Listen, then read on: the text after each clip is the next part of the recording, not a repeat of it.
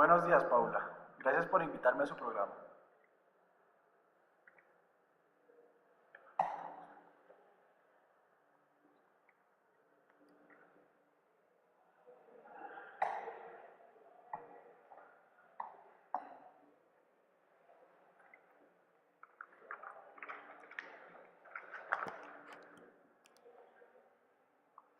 En cuanto a la relación que sostengo con Elías, se puede decir que es muy cercana. Hemos compartido muchas experiencias desde que lo conocí como mi asistente en 1930 en una cátedra de sociología en la Universidad de Frankfurt. Él me ayudó a dirigir la tesis de algunos de mis alumnos. Como pueden ver, este ambiente universitario nos creó y nos generó una familiaridad y una cercanía con Elías, no solo en el ámbito académico, sino también en el personal.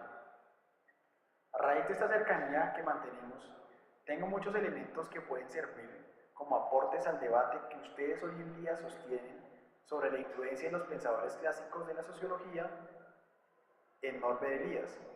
Por ejemplo, influencias tales como las de Weber, Durkheim, Auguste Comte y Freud, que se encuentran evidenciadas en la mayoría, por no decir que en la totalidad, del pensamiento y obras de Elías. En primera instancia hablaremos del carácter metodológico que comparten Max Weber y Norbert Elias. Por un lado, tenemos en cuenta que la obra de Weber es de vital importancia dilucidar el problema del actuar individual como reflejo del actuar comunitario. El actuar de un individuo no se puede entender de forma tal que se vea aislada del resto de individuos, sino por el contrario, hay que tener en cuenta que el actuar de un individuo está influenciado por toda una serie de interacciones sociales. Por otro lado, cuando estudiamos las obras de Norbert, podemos ver que sus análisis sociales se realizan a través del mismo método que Weber. Evidencia de ello es la obra de Elías, La sociedad cortesana, en la cual nos encontramos frente a un estudio de la sociedad cortesana, pero no un estudio somero, meramente descriptivo del comportamiento y la manera de vivir de ellos, sino lo que hace es dilucidar una serie de relaciones sociales que desencadenan en una manera específica de vivir de los cortesanos. En el texto nos muestra cómo el comportamiento de los cortesanos en cuanto al gasto de su dinero en bienes materiales no se hace por fuera de unos estándares sociales, sino que se ve fuertemente influenciado por el comportamiento de los nobles. En pocas palabras, el vivir de los cortesanos se fundamentaba en el limitar al máximo la vida noble. Claro está, con ciertas limitaciones de tipo económico y social. En otra parte del libro nos muestra claramente a los comerciantes, los primeros burgueses.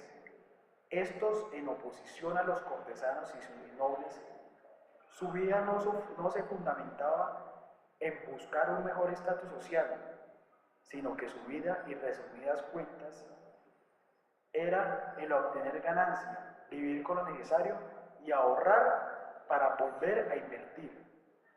Todo esto en concordancia con lo que Weber nos muestra en su libro La ética protestante y el espíritu del capitalismo. En segunda instancia, nos referimos a otro clásico que ha influenciado fuertemente las obras de Elías. Este clásico es Durkheim. Antes de explicar las influencias, hay que siempre tener en cuenta un elemento, y es que todo el pensamiento se ve permeado por esta relación-tensión entre el individuo y la sociedad. Haciendo esta claridad, se puede decir que Durkheim maneja esa tensión-relación en un solo sentido. Lo que se quiere decir es que para él existe una predominancia de la sociedad para después sí estudiar al individuo. Elías no niega esto, sino que al contrario lo complementa. Desarrolla un pensamiento en la que se funda en la igualdad del individuo y la sociedad.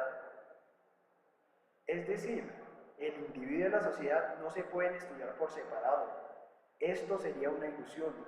No se puede dar ya que el individuo es moldeado por la sociedad y este a su vez contribuye a la construcción de esta. En resumen, se puede ver que Durkheim plantea una relación unidireccional en cuanto a la sociedad con el individuo. En cambio, Elías nos muestra al individuo y a la sociedad en una relación de complementación. Es de resaltar en este punto que si bien Durkheim hace una distancia entre la sociedad y el individuo, distancia que se expresa en la exterioridad de los hechos sociales con respecto a la conciencia individual. Ejemplo de esto se ve en el trabajo realizado por él en su libro El suicidio, como nos señala que un acto tan personal, privado e individual que está constante en el tiempo como lo es el suicidio, debe estudiarse básicamente en la totalidad de la sociedad. Lo anterior se podría interpretar, según Elías, como algo inadmisible, ya que lo social no es una exterioridad, como tampoco un soporte biológico o algo inmutable. Para Elías, nada de lo individual se encuentra por fuera de lo social y viceversa. En esta misma medida, Elías también nos plantea que existe una relación entre identidad individual e identidad colectiva, lo cual nos hace referencia a que no hay ninguna construcción identitaria de un ella, él o un yo, sin una correspondiente identidad del nosotros. Esta identidad de nosotros es una construcción histórica, un proceso que va variando y transformándose desde la Edad Media. Otra influencia que se ve claramente en el pensamiento de Elías proviene del primer debate de las ciencias sociales sobre el positivismo, cuyo principal exponente es Auguste Comte. Tanto este autor como Elías comparten el punto de vista nociológico de la sociología, pero a pesar de esto, Elías no recoge en la totalidad del pensamiento comtiano.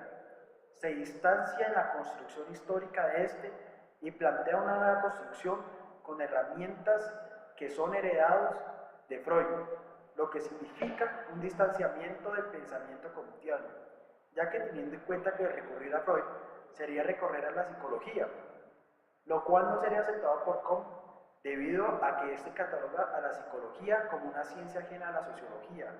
Esto está expresado en su obra del discurso del espíritu positivo.